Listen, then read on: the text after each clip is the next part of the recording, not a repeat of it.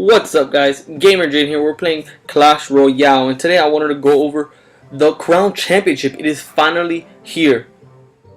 20 wins, 250,000 coins. Really tough to do. I set my short-term goal to get the legendary chest right here. I think it shows up. No, right here. No, can't get the prizes to show. But whatever, guys. I got the legendary chest. Got an Electro Wizard. Got the magic chest. Got the giant chest.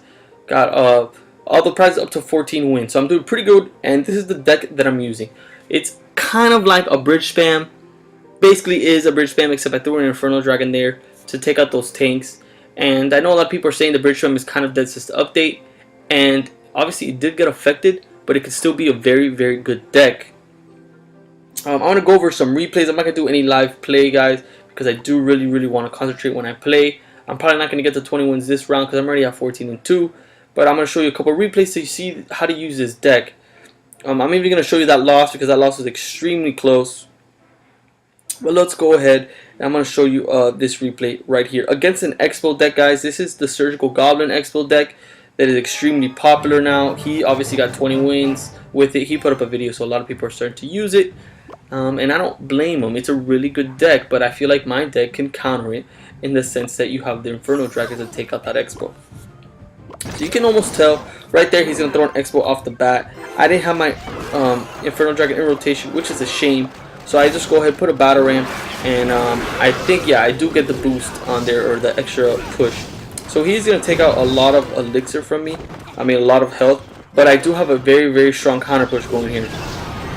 He puts a Fireball, it doesn't really kill anything. And look at that Inferno Dragon locked on all the way, and I'm going to take that tower out so fast. Did you guys see that? The Inferno Dragon locked on, and just like that, took him out. Key with the Expo, guys, is you want to counter it pretty fast. You don't want the Expo and him to build up his defenses with the Ice Wizard, the Mega Minion, the Inferno Dragon, stuff like that, because then that's when you can take out your tower. And what you want to do with this deck, especially too, is you almost want to push two lanes.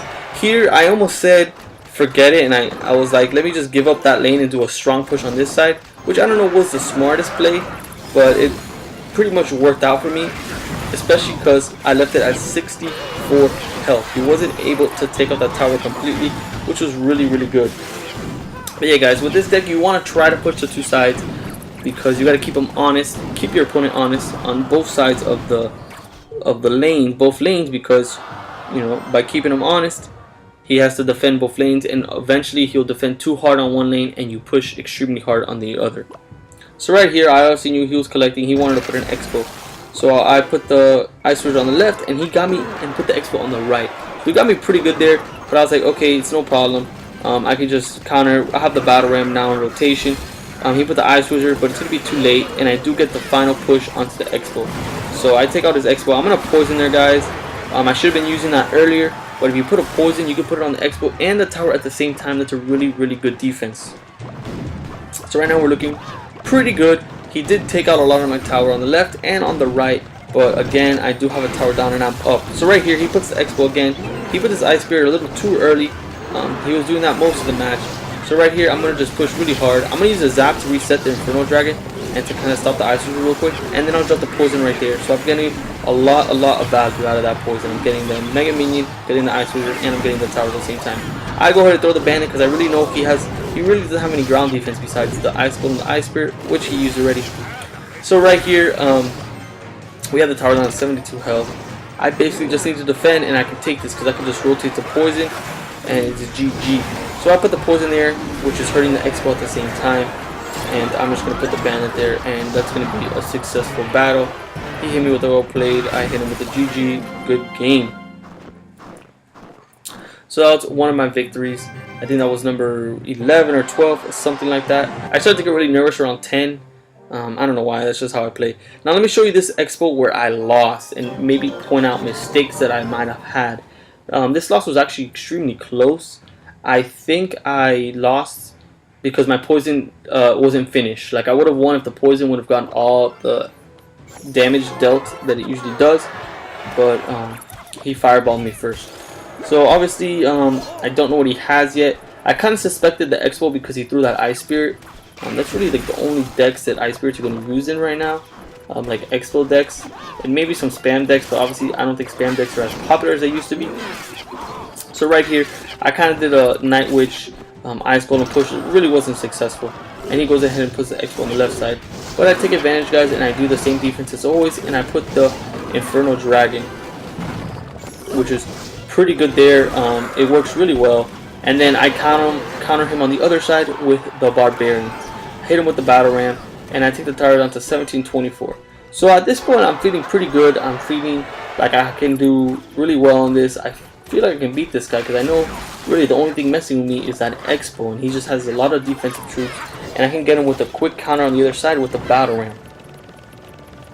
So I have that Night Witch there. I put Baby Dragon there, which wasn't smart. I have a habit of putting Baby Dragon there to kind of help support the Night Witch in her attack as like a tank, but that strategy isn't really working, and I have a horrible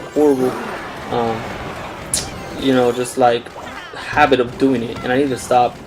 And that cost me a lot of health there because the Baby Dragon went down. And here I'm gonna go with the Battle Ram on the other side, just like I said, guys, countering the expo, and I was able to reach the tower. He should probably log there, but either way, right here I was looking really good, guys. I have a tower down to 755, 1894, and he has one at 1217. The only problem is when I did this battle, I pushed too strong on both sides. I was taking advantage of the countering the expo to push on the right, but then I had to do a lot of defense on the left for the expo. And right there I put the Ice Golem a little far back. I should have known better to put him forward to obviously stop and tank the expo, but that was a bad play. So right here I still do pretty good damage. That tower on the right is 755. If I would have, there goes my Battle Ram. The Battle Ram doesn't hit, guys. He starts to use an Inferno Tower. I had no idea he had the Inferno Tower, and that definitely affected the way I was battling, because I started to drop poisons to try to chip, and that's what cost me the game big time, guys. What I'm supposed to do is drop poisons to take out the expo and the tower on the left, but I was so invested in getting the right tower that I think that's what cost me the game. Because right here again, guys, you see I will go Battle Ram and he will go Furnace, and then I will go Poison, and that's just extremely expensive. I really can't deal that kind of damage. So you see the tower is down to 335, 305, 275, guys. 275, and we got 3 minutes left, but he has me on elixir, he has me on troops. I can't let that expo do any damage, so I'm going to go there with the Baby Dragon. The Night Witch is not going to be able to hold off. The expo gets in there, and I drop a poison, and it's not going to be enough. What I should have done is drop the Battle Ram to tank that expo, and I could have taken that easy win because I had the poison in cycle. Very tough loss, but you learn from your mistakes, guys. That's why you just need to keep improving with this. Now I'm going to show you this battle with this one player. I'm going to show you his rank later because his rank is extremely high. He's an extremely good player, and I was able to beat him with an extremely popular deck that you guys will be seeing in this challenge a lot. Off the bat, this deck, I don't really have anything for the Goblin Barrel. I kind of just counter both sides. I kind of just do a counter push to Goblin Barrels because I use Bandit and stuff like that. But right there, I got a really good attacking. I went Battle Ram on the other side to counter, guys, because that's what I do with this deck. You got to go Battle Ram other side, keep them honest. Right there, he dropped the Goblin Barrel that was really bad. I guess he was expecting I had a log or something. Obviously, I didn't. I had a really good attack there. That Bandit kind of went to waste. It did kill the Princess for a 3-for-3 trade, but it couldn't get to the tower, so that was unfortunate.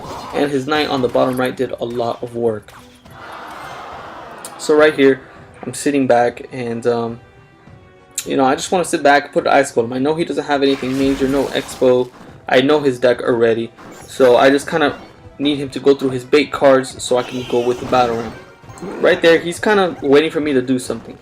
He splits his goblins. I'm like, okay, that's fine. I will take that all day. So right here, I'm like, you know what? Let me just put an Inferno Dragon, see what I can do with this. Cycle through more cards. And he puts an Inferno Tower there. I didn't really like that play. An Inferno Tower, 5 elixir. I mean, I guess it was pretty good, but I don't think I personally would have done it. Right here, I go with the Bandit. Again, not a smart move when they have the Knight. I mean, I guess I get them to use those cards, but it could have been better. I drop a Ice Golem here, and that's going to tank, I think, 1 hit from a Goblin, but he took my tower down a lot. And here I was a little bit worried because I didn't really know how to go at his deck. That Inferno Tower is extremely powerful, and it stops my Battle Ram, my Bandit, stuff like that. So right here I go Battle Ram, and he's gonna go Inferno Tower again.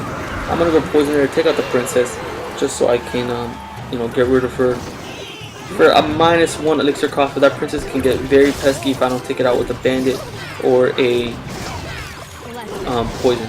Right here I was lucky enough to get a couple really good hits, and I think this is where the game turned, guys.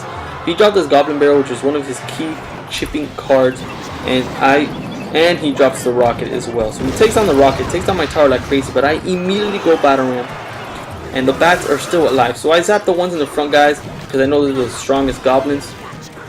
And then right there, I got the Inferno locked on. Once it's locked on, I knew he had no zap. He did have the Ice Spirit, but he played it a little too late, so he easily take that. And I also know there's 13 seconds. He's getting nervous. He's gonna Goblin Barrel. He's gonna Rocket. He's gonna do lava stuff.